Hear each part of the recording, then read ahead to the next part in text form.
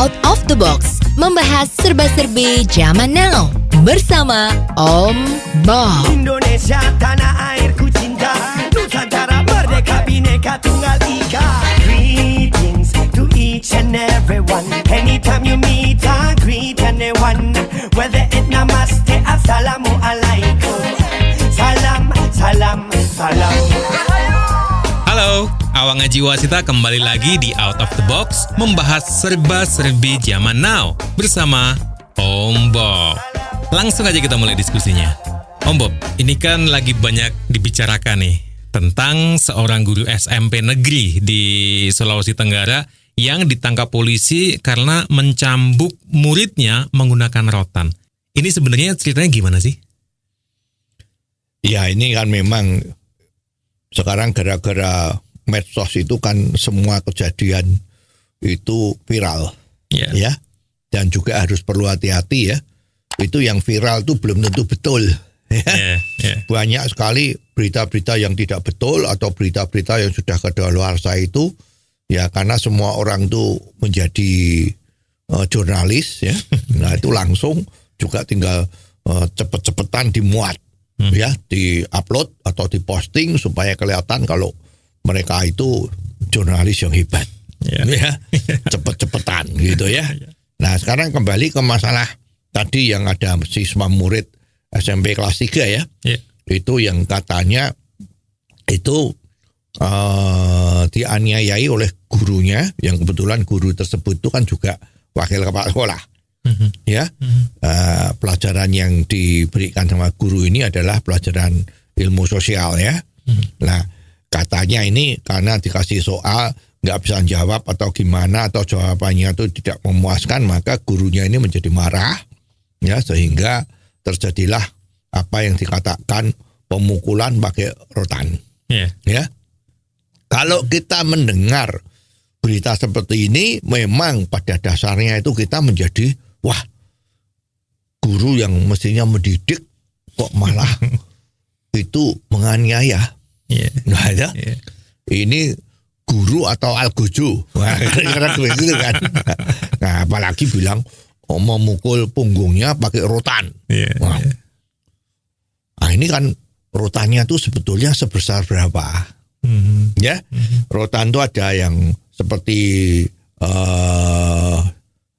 kecilnya mungkin seperti jari kelingking, ya, atau bahkan ada kalau kita ada pernah punya kemucing itu untuk bersih meja itu ada juga yang rotannya itu kecil, ya paling diameternya itu nggak sampai setengah senti, ya. Jadi tapi juga ada rotan yang besarnya itu 1 inci, itu ada juga kan yang biasanya buat tongkat orang-orang tua itu kan rotannya bulat gitu gede ya. Betul. Nah sekarang kita kan nggak tahu tuh rotannya itu yang seperti apa, ya.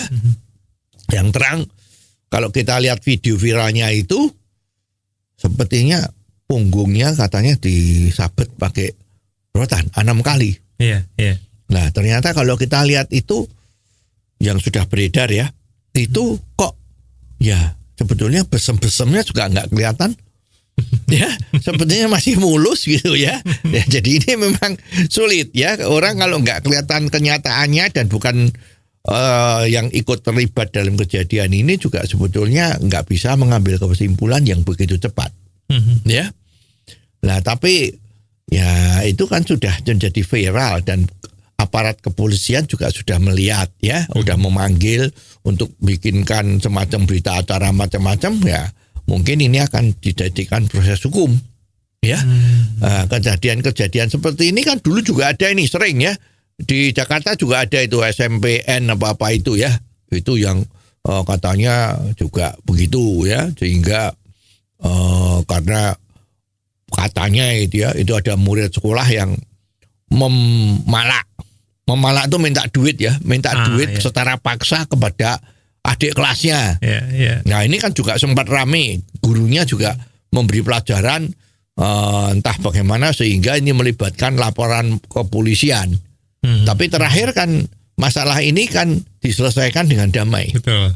Ya, gurunya nggak jadi dipecat, masalah ini menjadi selesai sang orang tua muridnya juga mencabut aduannya ke kantor polisi. Jadi ini selesai dengan begitu saja. Ya, damai. Sebenarnya kalau hukuman fisik itu apakah perlu ya diberikan kepada siswa gitu? Ya, sebelum menjawab itu, sebetulnya kita tuh harus mengerti sebetulnya hakikinya hukuman itu tujuannya apa. Oke. Ya, kalau di dunia pekerjaan manajemen itu kan juga sangat terkenal dengan yang namanya punishment sama reward. Ya. Ya. Nah, sekarang di dalam dunia pendidikan anak ini juga ada itu sistem reward sama punishment itu harus ada. Nah, tetapi kita kembali hakiki dari sebuah hukuman atau ya biasa juga dikatakan penalti, ya, sanksi. Ya, itu sebetulnya hakikinya itu kan membuat orang supaya jerah. Ya. Kalau sudah jerah, diharapkan bahwa orang tersebut tidak melakukan kejadian-kejadian atau hal-hal yang sama. Ya, setelah dia tahu bahwa ini salah. Karena dihukum jerah. Nggak cuman begitu. Orang-orang lain yang dalam kelompoknya itu juga menjadi jerah untuk melakukan kesalahan-kesalahan atau kelakuan-kelakuan yang tidak terpuji dari orang yang kena hukuman itu. Ya, jadi inti dari hukuman itu adalah membuat jerah. Ya, seperti di Indonesia sekarang ini soal koruptor. Ya, koruptor itu juga ditangkap biasanya pakai itu kan OTT kan, operasi tangkap tangan. Kalau udah ketangkap OTT dan dia disidang di dalam pengadilan macam-macam dengan bukti yang ya sidangnya kan nggak cuma sekali ya berlarut-larut ya, itu kan ya pengadilan kan harus teliti banget gitu ya. Nah, setelah dia dihukum kan tujuannya supaya jangan terjadi lagi orang-orang juga menjadi korupsi lagi. Atau bahkan kalau yang sudah dihukum itu besok kalau keluar ya jangan jadi koruptor lagi, biar takut. Ya, tapi kenyataannya sekarang di Indonesia ini kan loh, yang ditangkap ada, sudah dihukum. Ya. Tapi kok ternyata koruptor itu kok nggak habis-habis. Kok sepertinya malah lebih banyak orang korupsi. Ya. Dari jajaran bawah sampai jajaran atas. Ya, lah ini kan kenapa ini? Ya, lah ini kemungkinan juga tadi itu. Jadi kurang paham betul ya bahwa sebetulnya hukuman itu membuat orang jerah. Kalau tidak jerah, itu berarti hukumannya salah. Ya, itu sekarang yang lagi rame kan Pancasila itu. Ya, jadi mungkin ini menjadi salah satu yang namanya salah lola atau salah kelola. Ya. Nah, sekarang kembali ke masalah. Hukuman itu memang hakikinya adalah membuat orang jerah. Kapok. Ya, bahasa umumnya itu kapok. Ya, tapi jangan seperti kapok Lombok. Kapok Lombok itu udah tahu kepedesan makan Lombok, besok tetap makan Lombok lagi. Itu namanya kapok Lombok. Nah, ini kalau koruptor di tempat kita ini kok rasanya kapok Lombok ya, banyak terjadi. Sudah dihukum kapok, tapi ada lagi, muncul lagi ya kapok Lombok ya. Nah, ini kita harus mengerti sebetulnya hukuman yang efektif terhadap pelaku-pelaku yang jahat atau tidak betul kelakuannya itu, kita harus mengetahui apakah hukuman ini ditakuti oleh yang kena hukuman itu. Ya, contohnya kalau koruptor tadi itu, koruptornya ratusan miliar, ya menyalahgunakan wewenang, ya memberi putusan yang seharusnya A diputus B, ya yang salah dimenangkan, yang menang disalahkan, dikalahkan itu, ya misalnya seperti itu. Terus hukumannya 2 tahun, 3 tahun. Nah, kok masih banyak orang yang menjadikan hal-hal yang seperti itu, kesalahan-kesalahan itu kok ada terus. Berarti kesimpulannya orang-orang tidak jerah, tidak takut dengan hukuman itu. Ya kan? Nah, ini yang namanya pada hakikatnya itu kalau memberi hukuman itu adalah yang ditakutin oleh yang kena terhukum tadi itu. Ya jadi Kak selama itu dia tidak ditakutin, ya itu akan jalan terus kesalahannya. Nah, kalau koruptor Bob ini menarik nih. Sebenarnya yang bikin jerat itu apa ya supaya tidak terjadi lagi korupsi di Indonesia? Nah, seperti tadi yang dikatakan, hukumannya itu harus menakutkan kepada dia yang terlibat langsung, juga teman-teman atau orang-orang yang mempunyai kesempatan korupsi. Kalau tahu hukumannya itu bagi dia menakutkan, ya dia tidak akan korupsi. Jadi intinya di situ. Kalau jenis-jenis hukuman yang bisa membuat orang takut itu kira-kira apa aja ya Om Bob? Ya itu kan ceritanya begini itu. Tingkatan dari hukuman-hukuman itu kan mulai dari terendah, bisa naik terus sampai yang paling menakutkan. Oke. Ya. Kalau yang paling rendah, ini ekstrim ya. Itu kalau ada orang berbuat salah, kita diem saja. Itu tingkat yang paling rendah. Akibatnya apa? Ya semua orang berbuat salah. Ya mencuri, kalau nilainya di bawah 1 juta, didiamkan saja. Ya kalau lapor ke polisi malah ya itu pencuriannya tidak lebih dari 1 juta seperti yang ada di Amerika itu kan $900 dilepas, ya nggak usah diproses karena prosesnya biayanya lebih mahal. Nah, itu misalnya begitu kan. Jadi kalau didiamkan itu hukuman yang paling ringan, alias tidak dihukum kan. Jadi orang semua rame-rame. Misalnya itu lalu lintas, ada verboden. Ya, terus dilanggar, nggak ada hukumannya, ya semua orang lewat di situ terus. Ya, karena nggak ada hukumannya. Nah, sekarang tingkat yang berikutnya lagi, ini yang umum terjadi ya. Kalau sudah itu adalah apa sih? Yang ke dalam kehidupan sehari-hari itu, kalau misalnya kita waktu kecil dulu sama orang tua kita itu, ya, kalau kita berbuat salah, misalnya disuruh tidur, nggak mau tidur, ya, itu biasanya bagaimana orang tua kita? Ya, bicara keras. Ya. Hei, zaman dulu kalau orang Jawa kan anak kecil dipanggil Le, gitu kan. Le, kamu kok belum tiduran? Ayo, udah malam nih, awas ya. Sekarang harus tidur, anak kecil nggak boleh tidur malam. Bicara keras. Dia udah takut. Ya, karena takut. Ya, nah, terus berikutnya lagi itu biasanya ini kalau kita pacaran, ya, sepasang laki perempuan pacaran, nah lakinya ini paling takut apa? Kalau berbuat salah, misalnya janji saya harus apel hari Sabtu, ternyata biar janjinya datang jam 6, datangnya jam 7. Iya kan? Nah terus sama sang ceweknya itu diapain ini cowoknya itu? Biasanya kan didiamkan. Ya dah, didiamkan ya. Kalau bahasa Jawanya itu dijutakkan. Ya, bahasa Jakartanya didiamkan, dicuekin ya. Nah, itu udah takut. Ya, waduh, ini kalau saya dicuekin terus, bagaimana saya bisa dapat mempersunting dia jadi pacar saya? Kapan bisa jadi jadian? Ya, kalau saya dicuekin terus. Nah dia takut, jadi maka besok minggu depan janjinya tidak berani terlambat, karena dia takut. Ada satu tujuan yang tidak bisa tercapai kalau dia salah.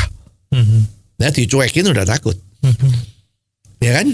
Nah berikutnya dia hampir sama, misalnya dipelototin, ya kita sering itu ada dulu waktu di sekolahan itu ada guru yang terkenal sekali, kalau dia udah melotot itu murid-muridnya takut. Ya, jadi kalau ada murid yang di dalam kelas itu nakal, tidak mengikuti pelajarannya dari sang guru itu dengan tenangnya saja panggil namanya. Misalnya murid itu namanya Rambo, Rambo. Terus gurunya itu matanya melotot, ya 10 detik, 15 detik. Rambo udah takut. Iya. Ya, jadi dia nggak berani ribut lagi. Ya ini hukuman-hukuman tuh seperti itu ya. Ya kalau di perusahaan atau di pemerintahan, contoh aja, kalau kita telat membayar pajak STNK, telat bayar tagihan air minum, air mandi ya. Karena sekarang di sini kan PDAM itu kan katanya air minum, tapi airnya nggak bisa diminum. Jadi lebih baik diganti perusahaan daerah air mandi, perusahaan daerah air mandi, karena airnya hanya untuk mandi. Ya, nah kalau kita terlambat bayar rekening tagihan PDAM tadi itu, apa yang terjadi? Mati. Mungkin dimatiin saluran airnya. Nomor 2, didenda. 1 hari keterlambatan didenda 10% atau 6%. Orang takut kan? Iya nggak? Lah ini yang namanya ilmu membuat jera tadi. PLN, perusahaan lilin negara, perusahaan listrik negara, dikatakan lilin karena sering mutamati toh biar pet ya. Kalau kita terlambat bayarnya apa yang terjadi? Sama. Ya dah listrik dimatiin atau bayar denda. Jadi semua orang pada patuh. Ya. Ya, tapi juga ada cerita yang menarik itu. Itu kan ada pemda itu kalau ada sama PLN itu kan sering nggak bayar dulu ya. Anggaran belum turun atau apa. Ya kan? Ya, itu sehingga utang terhadap PLN itu ada yang kemarin cerita-cerita itu kan banyak itu, yang setahun belum bayar macam-macam kan. Nah itu kan PLN nggak berani matiin. Berarti hukumannya dia itu terhadap pemerintah daerah itu atau lembaga-lembaga aparat pemerintah itu kan dia nggak ditakutin. Nggak apa-apa, apa dia berani membunuh listrik saya? Ya gitu kan. Jadi memang hukuman itu harus disesuaikan dengan apa yang ditakutin oleh yang akan kena hukuman itu. Sepanjang dia tidak ditakutin, hukuman itu nggak ada artinya. Jadi ini yang harus betul-betul tahu, ya. Jadi semua orang yang mempunyai posisi untuk menentukan benar atau salahnya, itu harus mengerti dulu masalah yang seperti ini. Seperti tadi kembali ke itu, guru itu tadi yang dikatakan memberi hukuman pakai penjaling rotan ya, pakai rotan di punggungnya itu salah atau tidak? Itu harus dilihat secara komprehensif. Jangan cuma lihat boleh enggak seorang guru mukul anak didiknya. Ya, kalau orang yang tidak bisa ngerti masalah pendidikan dan masalah punishment sama reward ini, nah ini bisa putusannya dia itu yang menyatakan benar atau salah itu bisa salah. Ini kalau salah fatal.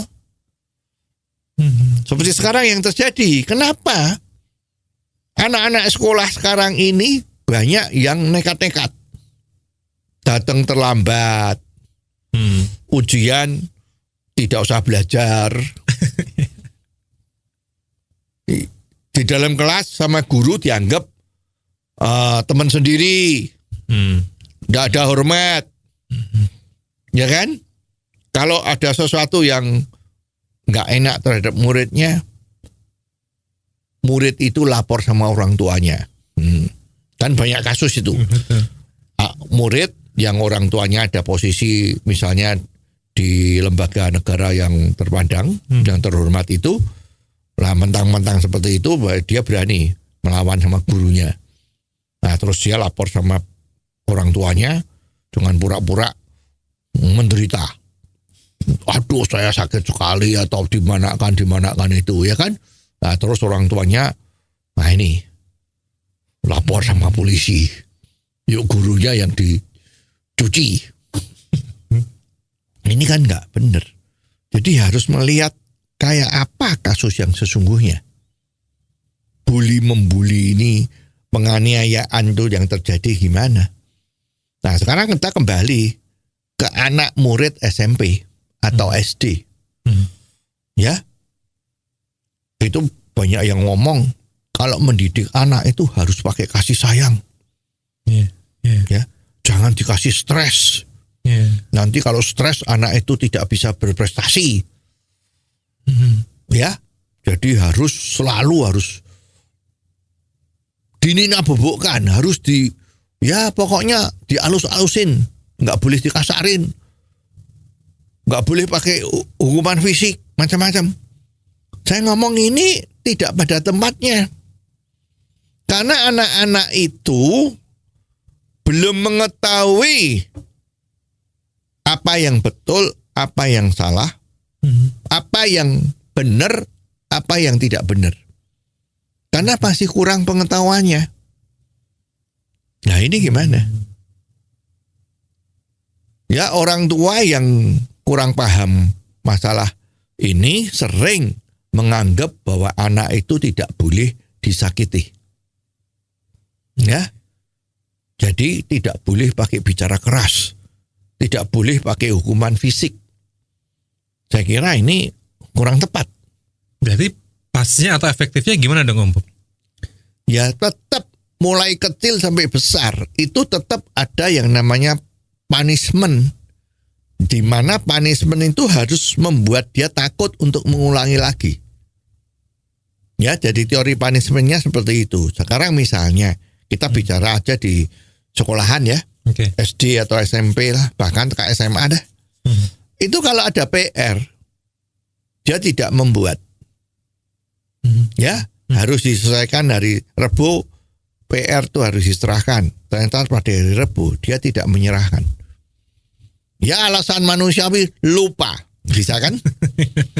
Terus gurunya bilang, ya lupa itu manusiawi. Ya udah nggak apa-apa, besok jangan lupa lagi ya. Ini hukuman yang paling ringan. Karena dikasih tahu besok jangan lupa lagi.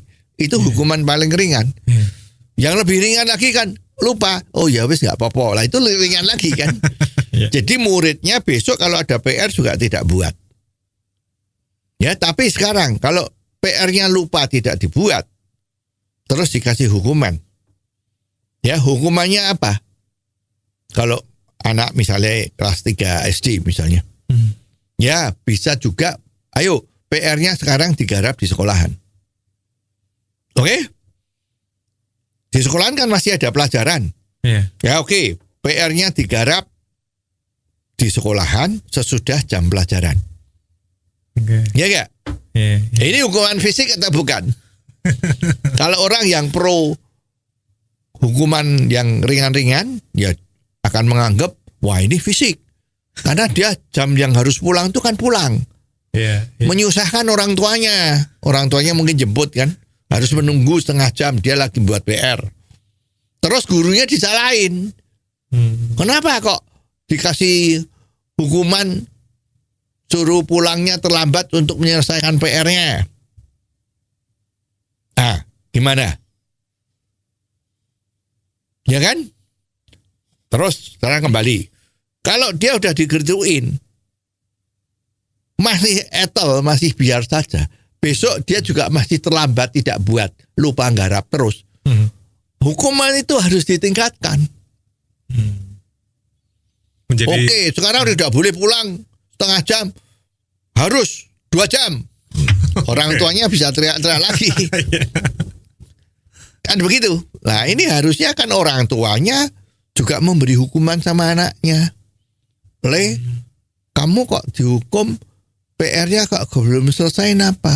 Oh ya Bu, saya lupa. Gitu kan? Nah ibunya harus mengingatkan. Jangan lupa lagi. Ya, cara kasarnya itu kan, kalau kamu lapar kok nggak lupa minta makan. Nah, ini kalau ada kerjaan PR kok kamu lupa. Nggak boleh. PR itu kewajiban. Jadi harus digarap, jangan lupa ya. Orang tuanya harus ngomong begitu. Nanti kalau biasanya dia tuh tidur sama ibunya, malam hari tidur bareng ibunya, bisa dihukum. Kalau kamu besok lupa bikin PR lagi, kamu tidak boleh tidur sama ibu. Tidur sendiri. Di kamar sendiri. Yang gelap misalnya gitu ya. Nah, anaknya takut. Takut kan? Yeah. Wah, saya senang tidur sama ibu kok nggak boleh. Ya udah, makanya PR-nya jangan lupa. Nah, itu punishment. Membuat dia takut kalau suruh tidur sendiri. Nah, ini itu yang harus diterapkan. Nah, terus ada yang seperti itu juga masih tidak mempan itu hukumannya. Berarti hukumannya itu nggak cocok seperti tadi ya. PR disuruh bikin jam pelajaran sekolah, suruh dia tidak pulang setengah jam bikin lagi. Yeah. Ternyata besok begitu terus. Itu berarti itu hukumannya nggak mempan. Harus cari hukuman yang lain. Ya itu tadi itu. Apakah perlu pakai fisik? Ya kalau anak yang tidak ngerti mana baik, mana betul, mana salah, mana benar, fisik itu juga boleh. Umum, di dalam rumah itu umum. Ya, kalau anaknya tidak mau membantu ibunya terus, kamu nggak boleh begitu ya, harus bantu dong, misalnya begitu. Jadi hukuman fisik itu boleh, asal jangan membahayakan. Maksudnya membahayakan? Ya misalnya berdarah-darah, Okay. kepalanya dipukul, terus geger otak, itu kan nggak boleh. Yang membahayakan itu nggak boleh. Tetapi misalnya dicubit itu bisa luka nggak sih? Ya kalau nyubitnya kamu pakai tang mesin ya luka. Tapi kalau nyubitnya pakai tangan, jangan pakai kuku ya. Pakai tangan cuman sakit toh. Ya wong kita kalau digigit nyamuk aja sakit kok, sakit gitu. Apalagi digigit semut. Ya sekarang ya enggak apa-apa kan, dicubit pakai tangan gurunya, asal tidak luka. Tapi asal dia jadi takut, sakit, aduh sakit, Bu Guru kapok, saya sakit ini. Ya jangan pura-pura sakit ya, sakit lah itu. Ya udah, besok PR-nya jangan lupa ya. Kalau lupa tak jewer lagi loh, tak cubit lagi loh. Jadi adalah hukuman fisik yang mengakibatkan yang diberi hukuman itu menjadi takut dan mengerjakan apa yang harus dikerjakan. Itu hukuman yang betul. Jadi seperti tadi yang kena rotan itu. Lihat betul, luka betul enggak? Besem-besem betul enggak? Membahayakan jiwanya enggak? Membuat kalau cewek misalnya terus wajahnya disilet, nah itu kan tidak boleh. Itu bisa mengakibatkan cewek cantik jadi cewek seperti nenek sihir kan. Ada bekas-bekasnya, itu kan nggak boleh itu. Tapi kalau cuma punggungnya, orang laki lagi, ya kan itu mestinya nggak apa-apa. Kecuali sampai dia dipukul, sampai lecet, luka-luka, mungkin ada tulang yang patah. Lah itu nggak benar, itu namanya penganiayaan, bukan hukuman. Ya, kembali sekarang misalnya ini orang yang setuju dengan syariat Islam yang di Aceh itu. Itu kan juga dicambuk kan? Betul. Tujuannya apa? Supaya dia tidak mengulang lagi, apalagi dicambuk di depan umum. Betul. Nah itu cambuknya betul tuh. Bukan palsu ya, bukan cambuk-cambukan, karena algojunya betul-betul jedar gitu kan. Itu kan juga seperti itu. Jadi hukuman fisik itu boleh asal mendidik dan tidak membahayakan jiwanya maupun kemolekannya atau kecantikannya atau mengakibatkan fungsi-fungsi tubuh itu menjadi nggak benar, itu nggak boleh. Tapi itu termasuk salah satu jenis hukuman. Nah sekarang kalau orang memberi hukuman fisik, terus kemudian diviralkan dengan bumbu-bumbu atau ada data yang tidak diomongkan, dan maaf, aparat kita juga seperti kena terdorong dengan desaan-desaan seperti itu, ya. Terus guru yang sebetulnya bertindak dengan betul itu menjadi disalahkan. Ini tadi itu Pancasala tadi itu, ini jadi salah lola, ya, salah pengelolaan. Jadi ini besok guru-guru yang lain tidak berani melakukan hal-hal yang seperti ini, yang dianggap ini betul. Ini membahayakan. Dunia pendidikan kita akan bahaya kalau ada satu keputusan yang salah. Tadi itu salah kelola tadi itu. Ini bahaya. Nah, terkait dengan hukuman dan lain-lain ini, Om Bob, kalau yang contohnya di luar dunia pendidikan atau di luar sekolahan apa dong? Ya, sekarang kita pendidikan lagi aja deh. Sekarang di dalam pendidikan kita, di dalam akademi militer atau akademi kepolisian. Oke. Ya, ada nggak hukuman fisik? Itu aja. Ada. Ya. Kalau melanggar aturan, ini kan dunia militer atau kepolisian ini kan betul-betul harus menciptakan manusia yang disiplin, taat pada aturan. Ya, sana kan satu komando. Ya, atasnya bilang terjun, tiarap, gitu kan. Betul. Jadi disiplin nomor 1. Itu hukumannya fisik ada. Ya, ada. Bangun tidur harus jam 4. Bunyi gitu, bangun. Ternyata dia kok terlambat 5 menit. Semua udah beres, dia belum. Mana itu orangnya? Itu apa hukumannya? Fisik itu, suruh push up. Ya. Push up-nya enggak nanggung-nanggung. Ya. Sering push up-nya pakai jari. Ya kan? Bukan telapak, tapi jari. Terus untuk set up. Ya. Terus itu kalau misalnya ada latihan lari yang enggak kuat, ya tetap dipaksa lari. Ayo, tetap dipaksa fisik, hukuman fisik. Sampai semaput, ya udah, semaput sudah berhenti. Tapi begitu sembuh lagi ya fisik lagi, genjot lagi. Karena sebuah institusi militer atau kepolisian itu diperlukan fisik yang kuat. Jadi betul-betul dilatih. Nah, ini ada kan? Jadi sebetulnya hukuman fisik itu bisa nggak? Bisa. Tapi kita nggak pernah dengar kan pendidikan di militer atau di akademi kepolisian itu orang yang kena hukuman fisik jadi meninggal kan nggak ada. Ya.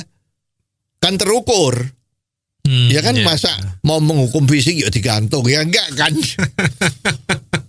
Masukkan di sel, ditutup seminggu, tidak kena sinar matahari. 1 sel kotak 4 kali 4 meter atau 3 kali 3 meter itu bisa terjadi. Dan itu sah-sah saja, asal tujuannya untuk memberi jera. Itu konsep hukuman. Jadi apapun hukumannya ya, yang tahu itu yang dekat. Gurunya itu yang tahu, ini takutnya apa. Ya contoh misalnya, ya ada orang yang kerja di sebuah perusahaan ya. Oke. Ada orang yang kerja di perusahaan, laki, terus dia kerja. Orangnya sudah punya duit, kaya, keluarga kaya. Ya kerja di sebuah perusahaan, perusahaan swasta bagi karyawan yang baru. Karena yang butuh itu adalah yang ngelamar kerjaan itu, ya setengah-setengah butuh, setengah tidak perusahaannya. Ya udah, yuk kalau mau kerja di tempat kita ya gajinya misalnya 3 juta. Ya dah, padahal orang itu, pendidikannya tinggi, lulusan luar negeri, keluarga kaya, mau kerja dia. Katanya, loh kenapa kamu mau kerja di sini? Saya mau cari pengalaman. Kan begitu umumnya ya. Oke, ya udah. Ya, nah ternyata setelah dia masuk kerja, kalau dia itu melanggar, misalnya ya, paling gampang kita kasih contoh, kalau mau kerja itu tepat harus datang jam 8 pagi, misalnya ya. Nah dia kok selalu terlambat, kan bosnya repot kan, loh ini kok terlambat terus gitu. Oke, setiap kali terlambat sekarang kamu dipotong 50.000, ya. Potong gajinya, terlambat 50.000. Nah tadi kan teori tingkat-tingkat hukuman itu kan dari yang dibiarin, dipelototin, dijotakkan, terus maju terus kan sampai kalau di perusahaan kan sampai dipecat. Iya. Ya, didenda, dipotong gaji, dipecat. Ya. Nah, ini udah dipotong gajinya. Kalau setiap kali terlambat 50.000 kok tetap terlambat. Ya kan? Oke. Terus dinaikkan jadi 100.000. Dendanya. Ya. Tiap hari terlambat.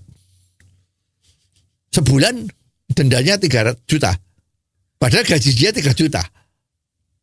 Ya kan? Lah kok yang masih terlambat terus? Ini ada apa? Ini namanya jenis hukumannya itu tidak sesuai dengan apa yang dia takutin. Ya karena dia backgroundnya kaya raya. Sekolahnya di luar negeri. Titelnya udah hebat-hebatan. Bosnya kalau masuk kantor pakai mobil Kijang. Sorry, Kijang bukan jelek ya. Ya. Atau pakai Wuling, ya. Ternyata dia kalau datang pakai Ferrari. Nah, kaya raya. Ya kan? Tapi kok begitu? Loh, ternyata kan potongan harga itu, potongan gaji itu bagi dia nggak ada pentingnya. Ya, terus terpaksa bosnya tanya sama konsultan kan. Ini kok saya punya anak buah kerjanya bagus, bisa dapat klien banyak, tapi kok sering terlambat dan dia udah aku potong gajinya aja tetap terlambat terus, kenapa? Lah konsultan kan nemu jawabnya. Ngomong-ngomong dia dinasnya jam berapa sih? Pagi jam 8 sampai sore jam 4. Oke. Posisinya dia di mana? Ya, posisinya dia di front office. Ya. Kantornya di front office, ruangannya. Oke, yang di front office itu karyawannya apa saja? Ada, ya. Karyawannya ada 5, ceweknya 3. Cowoknya 2 termasuk dia 1. Terus konsultannya lihat, mana fotonya cewek itu? Ya. Lihat.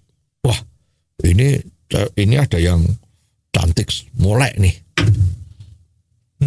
Ya kan? Ini orang kaya, titel, sekolah luar negeri, gaji 3 juta mau. Ya kan? Tujuannya bukan cari pengalaman, cari duit nih. Tujuannya cari pacar atau cari istri. 3 cewek ini salah satu ada yang melek, ada yang cakep sekali. Mungkin bekas Miss Indonesia. Misalnya gitu Miss pariwisata, ya kan? Ya ini. Ya udah. Mulai besok peraturan. Kalau you berani terlambat, maka kerjaan kamu dipindah. Bukan di front office, tapi di back office. Atau aku pindah kerja kamu, ya, di bagian cabang kantor kita yang lain. Terjadi apa yang terjadi? Mulai besok dia datangnya kurang setengah jam sudah masuk di kantor. Nah ini, jadi dia masuknya kerja itu tujuannya cari istri, mau mencari cewek tadi itu. Hukumannya dipotong gajinya. Bagi dia tidak ada takutnya. Ya terlambat terus. Uang dia tujuannya itu mau dekat sama cewek itu. Jadi maka dipindah kerjaannya. Atau yang lebih sadis, kalau kamu terlambat terus cewek itu saya pindah. Itu lebih terang-terangan kan. Itu. Jadi ini yang namanya hukuman harus disesuaikan dengan apa yang dia takutin. Nah kembali sekarang ke koruptor. Nah koruptor juga begitu. Ya dihukum 10 tahun. Tapi ada remisi, ada khusus macam-macam cuma 2 tahun gitu ya. Semua orang ikut-ikut. Wah kalau gitu aku nanti besok korupsi. Makin besar korupsinya, hukumannya juga cuma sebegitu sih. Nah, keluar masih jadi terhormat. Makanya itu perlu dipikirkan apakah hukuman-hukuman di tempat kita itu udah betul. Ya, jadi karena kalau kembali ke anak didik kita, malah memang guru-guru itu dikasih pelajaran bagaimana memberi hukuman. Ya, dan kepada anak-anak didik kita agar supaya hukuman itu efektif, tidak membahayakan jiwa maupun fisik, tetapi efektif.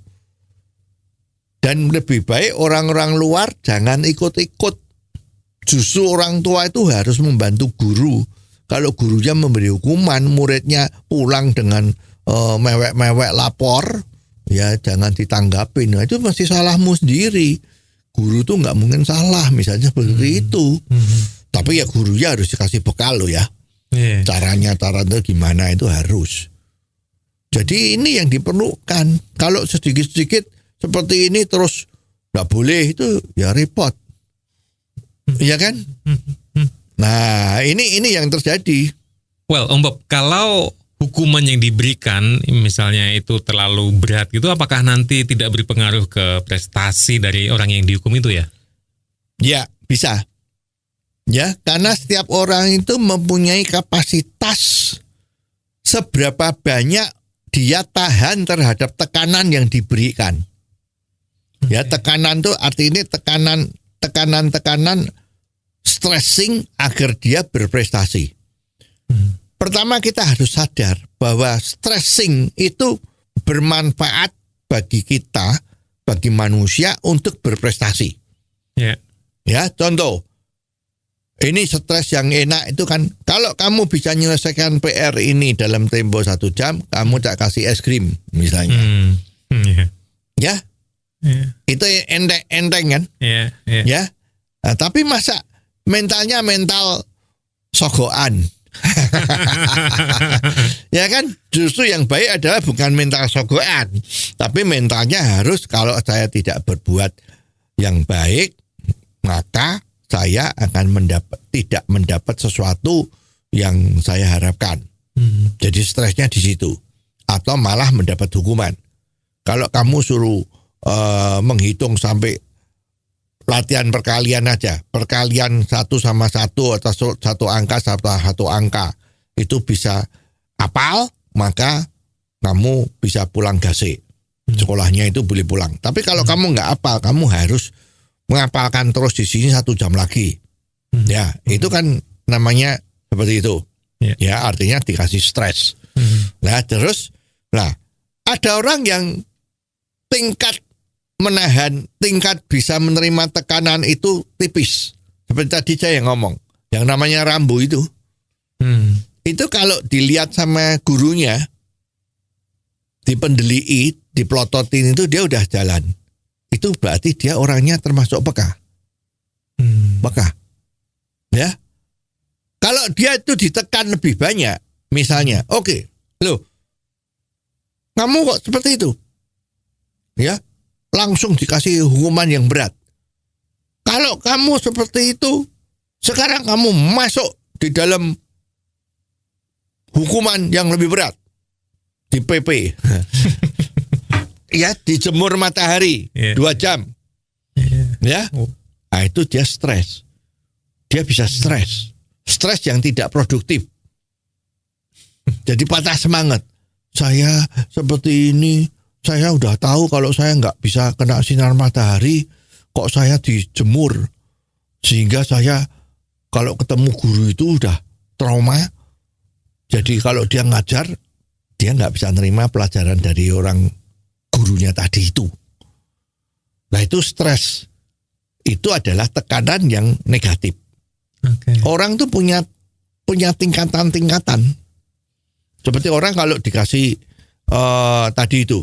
Orang kalau diberi peringatan sama orang lain ya, dikasih peringatan. Kalau dia berbuat salah dipanggil. Makanya kalau dipanggil di dalam ruangannya sendiri, sekeras apapun kita bicara, itu biasanya diem, oke, Pak, baik, besok saya akan berubah macam-macam. Ya, tapi coba you marah sama dia di dalam kelayak satu kelompoknya dia. Misalnya di dalam sekolahan tadi itu, misalnya SMA kelas 2. Satu murid isinya 40.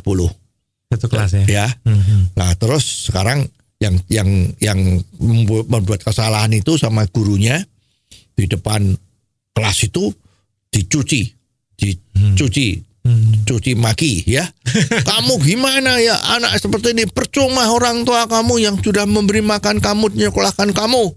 Kalau kamu kelakuannya seperti ini ya, seperti preman, seperti apa di depannya semua.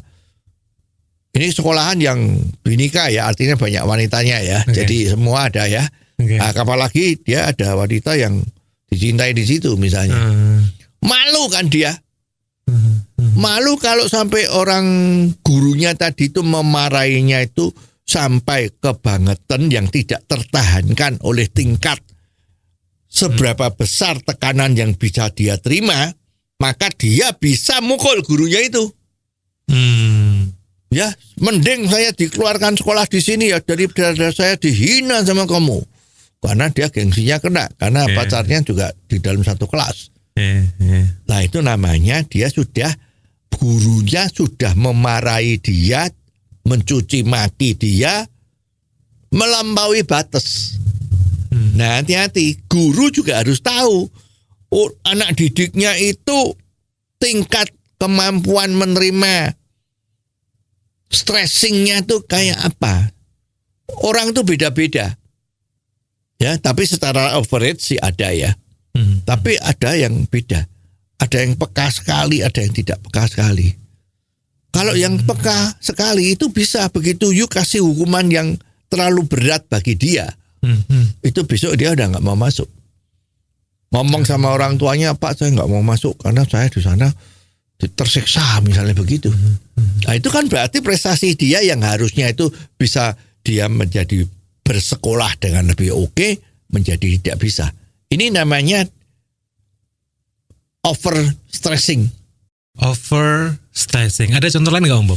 Ya, kalau kemarin yang terjadi di sekolahan Bantul itu, ada seorang cewek yang dia tidak mau memakai pakaian yang terafiliasi dengan agama tertentu. Ya, tiap hari dia dipanggil guru pendidiknya, ya, kepala sekolahnya, ya, diharuskan begini loh, ini begini loh.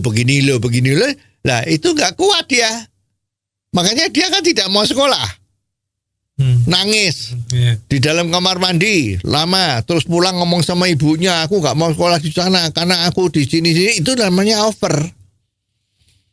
Itu contohnya aja. Tidak bisa bukan hukuman fisik, tapi pembulian, tekanan-tekanan yang seolah-olah itu membujuk, itu juga nggak boleh. Ya kalau tujuannya mendidik tuh ya. Kalau tujuan lain ya nggak tahu. Ya nggak? Ya itu, jadi boleh. Hukuman fisik boleh nggak? Boleh. Asal tidak membahayakan jiwa maupun fisik. Tujuannya adalah membuat dia jera. Itu mestinya jangan dilarang. Jadi kalau dunia pendidikan kita perlu betul-betul ingin baik, maka sistem metode punishment sama rewarding ini harus diterapkan dengan betul. Salah kelola akan membawa bencana bagi dunia pendidikan kita. Oke. Dan sampai di sini episode kita kali ini. Terima kasih Om Bob untuk diskusinya dan terima kasih untuk kebersamaan Anda. Kalau Anda punya komentar, silakan dikirim melalui WhatsApp ke 0878 55907788. Jangan Anda lewatkan Out of the Box versi singkat atau pendek dalam program Underline yang setiap hari disiarkan di radio kesayangan Anda ini. Anda juga bisa mengikuti Out of the Box melalui website indotv.live. Sampai ketemu di episode selanjutnya. Awang Ajiwasita di Out of the Box membahas serba-serbi zaman now bersama Om Bob. Out of the Box membahas serba-serbi zaman now bersama Om Bob.